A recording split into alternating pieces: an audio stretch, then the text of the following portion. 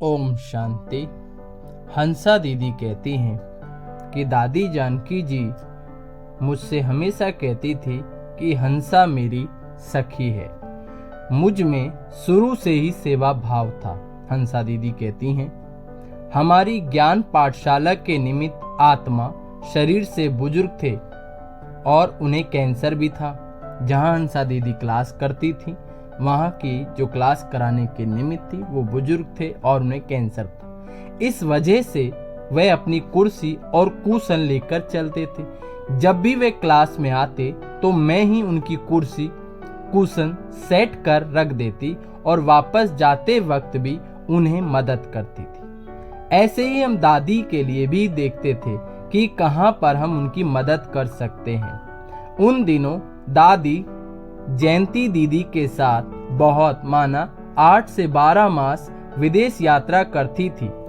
दादी जहां भी जाती थी वहां बीज बो देती थी, अर्थात सेंटर खुल जाता था। जयंती दीदी ट्रांसलेशन करती थी। एक बार दादी ने कहा कि कल ट्रैवलिंग करनी है, मेरे सारे कपड़े खटिया पर रख दो। फिर हमने देखा कि दादी किस तरह से पैकिंग करती है।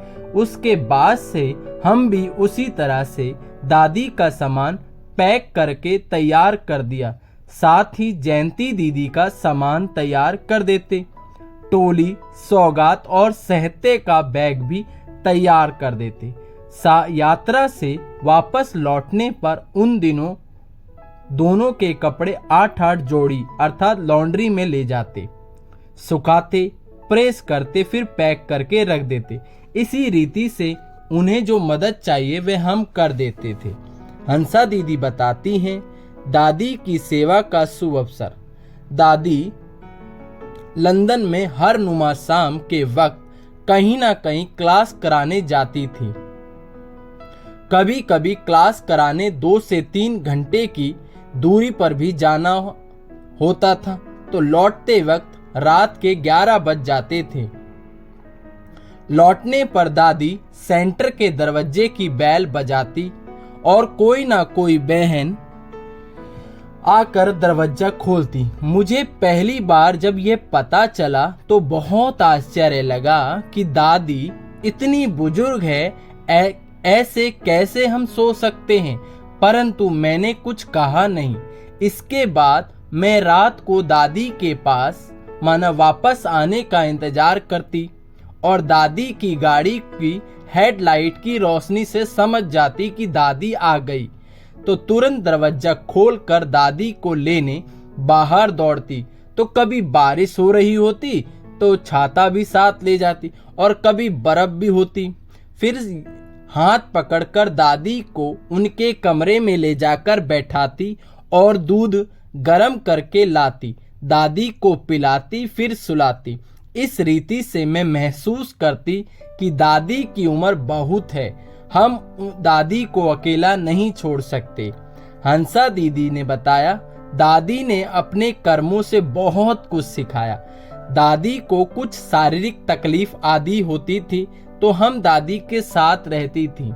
सभी को पता था कि इसकी सेवा भावना है, माना हंसा दीदी की। जब दादी की तबीयत और नाजुक होती गई तो हमें दादी के साथ रहने के लिए कहा गया।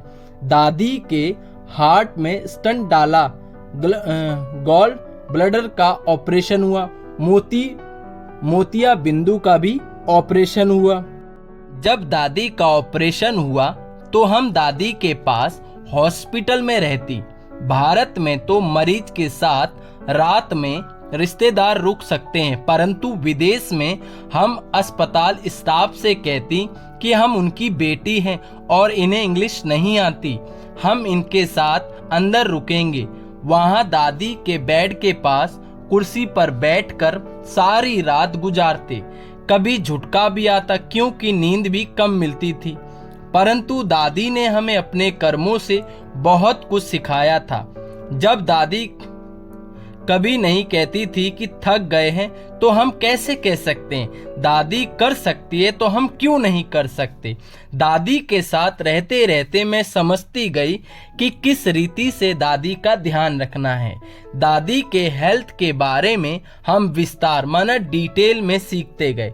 फिर एक गुरुवार को हम 20 से 25 बहनें दादी के सामने थी तो दादी ने कहा, अब से हम जहां भी यात्रा पर जाएंगे तो हंसा भी हमारे साथ चलेगी। यह सन 1993 की बात है, 1993 की बात। विदेश में ब्राह्मणी शब्द इस्तेमाल नहीं करते थे। हम सब मददगार हैं। दादी भी कहती थी कि हमारी सखी है। हंसा दीदी कहती है कि दादी हमेशा कहती थी, हंसा तो मेरी सखी है। बाबा भवन में दादी जानकी रहती थी और गाड़ी से 5 मिनट की दूरी पर डंडन निहाल कम्युनिटी सेंटर रोज सुबह क्लास कराती थी। सेंटर पर इतनी जगह नहीं थी। वहां 10 साल क्लास चली। कम्युनिटी सेंटर होने के कारण उसमें कार्यक्रम चलते थे। रोज शाम शराब कबाब की पार्टी रहती थी, क्योंकि वो हॉल किराए पर लिया जाता था। तो वहाँ शाम को पार्टियां होती थी, सुबह दादी को क्लास कराना होता था। तो कम्युनिटी सेंटर होने के कारण उसमें कार्यक्रम चलते। रोज शाम शराब कबाब की पार्टी रहती थी। पार्टी में विदेशी शराब पीते, स्मोकिंग करते, मांस आदि का सेवन करते, जिस वजह से वहां बदबू आती थी। हम सभी हर दिन सुबह क्लास के पहले जाकर सारी सफाई करते, सुगंधित अगरबत्ती लगाते, कुर्सियां रखते, गद्दियां रखते, तो वहां आने वालों को ऐसा लगता कि शाम को यहाँ कोई पार्टी आदि भी नहीं हुई। टेनिसन रोड पर ही सभी भाई बहनों का भोग बनता था। 200 से 300 लोगों का भोग हम टेनिसन रोड से हर गुरुवार को बड़े बड़े पतीलों में भरकर गाड़ी में रखते। उस वक्त कोई भाई नहीं था। हम सब छोटी छोटी कन्याएं ही सारा काम करती। उन बड़े बड़े भरे पतीलों को टेंटन निहल कम्युनिटी सेंटर से जाकर उतारती, चाहे बारिश का मौसम हो या बर्फ का। ये कार्य हम सभी कन्याएं बहुत सावधानी से 10 साल तक करती रहीं। वहां दादी, सुदेश बहन, जयंती दीदी भोग लगाते थे। उन दिनों जयंती दीदी भी संदेशी थी, तो दादी कहती थी कि आप बाबा का संदेश लेकर आओ। हंसा दीदी कहती हैं, दादी का स्लोगन रहा कि हुआ ही पड़ा है और हो जाएगा। भारत से जो भी वरिष्ठ जन जैसे गुलजार दादी, बड़ी दादी, प्रकाशमणि दादी, जगदीश भाई, उषा बहन, रमेश भाई आते तो कम्युनिटी सेंटर में उनका भी प्रोग्राम रखा जाता। उन्होंने भी देखा वृद्धि हो रही है, लेकिन इनके पास स्थान नहीं है, तो उनका भी बहुत संकल्प ख्याल चलता। तब दादी की उम्र 80 वर्ष रही होगी, 80 वर्ष रही होगी। बाबा भवन छोटा पड़ रहा था। एक दिन दादी ने कहा कि कोई बड़ा स्थान देखना बहुत आवश्यक है। एक बहुत पुरानी बिल्डिंग थी, जिसे दादी ने पक्का किया, यही बाबा का स्थान ग्लोबल हाउस बनेगा। सभी के संकल्प चलने लगे कि कैसे होगा, क्योंकि पैसे तो थे नहीं। तो दादी कहती थी वेट एंड सी। फिर दादी ने बड़ी दादी को बुलाया, भूमि शुद्धिकरण किया और 2 साल में ग्लोबल हाउस बन गया। ग्लोबल हाउस बनते समय भी पैसे कम पड़ते थे, तो भी दादी का ये स्लोगन रहा, हुआ ही पड़ा है और हो जाएगा। उस वक्त दादी हर गुरुवार को साइट पर जाकर वर्कर्स जो वहां काम करते थे उन्हें वह फल देती, वह भोग देती आदि उनकी सेवा भी करती।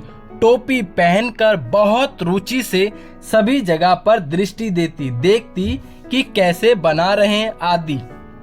तो हंसा दीदी ने बताया, योग से सब समस्याओं का समाधान। दादी कहती थी कोई भी परिस्थिति आती थी तो दादी योग में बैठ जाती थी। ग्लोबल हाउस बनने के 1 माह बाद दादी भारत में गई। पीछे से कई असामाजिक लोग ग्लोबल हाउस की बिल्डिंग को नुकसान पहुंचाने लगे। तब जयंती दीदी ने दादी जानकी को ये समाचार सुनाया। दादी जी ने अव्यक्त बाप दादा को स्टेज पर इस समस्या के बारे में बताया। बाबा ने श्रीमत दी कि योग की बहुत आवश्यकता है, योग से सब समस्याओं का समाधान होगा। फिर हम ग्लोबल हाउस की बहनें रात भर योग भट्टी करते, उससे समस्या का समाधान हो गया। ग्लोबल हाउस में सुबह 6:30 बजे मुरली कोई भी एक बहन सुना देती थी, लेकिन दादी खास क्लास कराने रोज बाबा भवन से ग्लोबल हाउस जाती थी। मैं गाड़ी चलाकर दादी को ले जाती। कभी बारिश पड़ती तो कभी बर्फ और कभी ठंड होती। इन सभी बातों का ध्यान रखते हुए दादी को ले जाते। लेकिन मैंने दादी से सीखा कि मुरली बहुत ध्यान से सुननी है। हंसा दीदी कहती हैं कि मैंने दादी से सीखा कि मुरली हमेशा ध्यान से सुननी है। दादी कहती थी कि क्लास में अपनी सीट फिक्स कर दो, जिससे कोई और किस सीट पर ना बैठे। इससे दादी को बहुत सहजता से पता चल जाता था कि कौन क्लास में नहीं आए। दादी बहुत सख्त थी। क्लास में यदि कोई झुटका खाता था या इधर उधर देखता था तो दादी नाम लेकर उसे सावधान करती। इससे हमने भी सीखा कि मुरली सुननी है तो बहुत ध्यान से सुननी है। ऐसे ही कोई लेट आया, कोई गया, हम इधर उधर देखें, बिल्कुल सारा ध्यान मुरली पर हो और कोई संकल्प नहीं चले। दादी द्वारा अशरीरीपन का अनुभव हुआ। हंसा दीदी बताती हैं कि मुझे दादी के द्वारा अशरीरीपन का अनुभव हुआ। ग्लोबल हाउस बनने पर बहुत बड़ा प्रोग्राम रखा गया। बड़ी दादी या वरिष्ठ मधुबन से आए। ग्लोबल हाउस में राखी के त्योहार के समय लगातार 5 से 6 दिन योग भट्टी चलती। दादी खुद एक एक का हाथ पकड़कर दृष्टि देती, तिलक लगाती और राखी बांधती। दादी शाम 7 बजे राखी बांधने बैठती तो सुबह अमृत वेला हो जाता। दिन में लोग काम पर जाते थे, क्योंकि विदेश का कल्चर है, वो मॉर्निंग में अपने कामों पर निकल जाते और शाम को फ्री होकर आराम से आते हैं, इसलिए ये सेवा रात को चलती थी। दादी एकदम अशरीरीपन का अनुभव सभी को कराती। उस वक्त ऐसा लगता जैसे अव्यक्त बाप दादा आया हुआ है। अब यहाँ सोचने की बड़ी गहरी बात है कि दादी 80 साल की दादी 7 बजे बैठी और सुबह का समय हो गया, फिर भी दादी की अलौकिकता कम नहीं हुई। इससे पता चलता है ये बाबा की भावना से, और ये बाबा के बच्चे हैं। सेवा पर उपस्थित होकर दादी ने दिल खुश होकर सेवा की। थकी नहीं दादी, क्योंकि दादी कहती थी कि हुआ ही पड़ा है, कराने वाला करा रहा है। दादी ने दिखाया, असंभव को भी संभव होते देखा।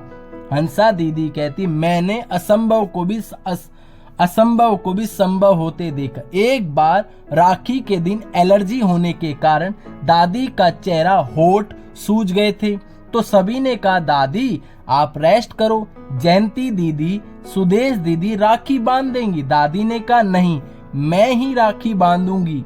पहले तो सभी के संकल्प चले कि दादी कैसे कर पाएगी, परंतु एकदम विदेही अवस्था में बैठकर दादी एक एक को राखी बांधती रही, और हमने प्रैक्टिकल में देखा कि दादी जैसे विदेही अवस्था का अनुभव किया हुआ है। वातावरण इतना शक्तिशाली हो गया जैसे हर कोई बाबा के पास खिंच गया हो। हम ऐसा सूजन वाला चेहरा, अगर बाबा हंसा दीदी कहती यदि यही चेहरा मन सूझने वाला चेहरा लेकर सेवा करते हैं तो हमें शर्म आएगी, लेकिन दादी ने अपने जीवन में ऐसी भी सेवाएं की हैं। दादी के जीवन में असंभव को भी संभव होते देखा।